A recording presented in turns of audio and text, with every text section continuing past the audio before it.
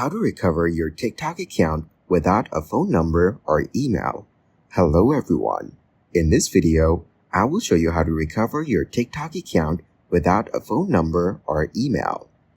First, open Google Chrome and search for Help Center TikTok. Then tap on the first link that appears. After that, search for Forgot Password.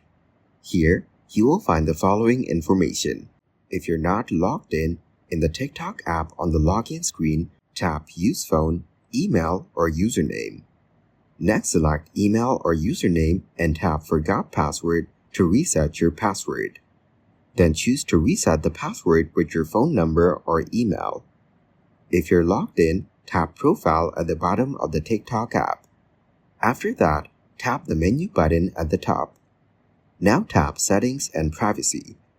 Then tap Report a Problem, followed by Account and Profile, and then Log in. Finally, tap Forgot Password and follow the steps to reset it. Thank you guys for watching this video. Hope you got some value. Make sure to like the video and subscribe to the channel to get notified of new videos. See you in the next one.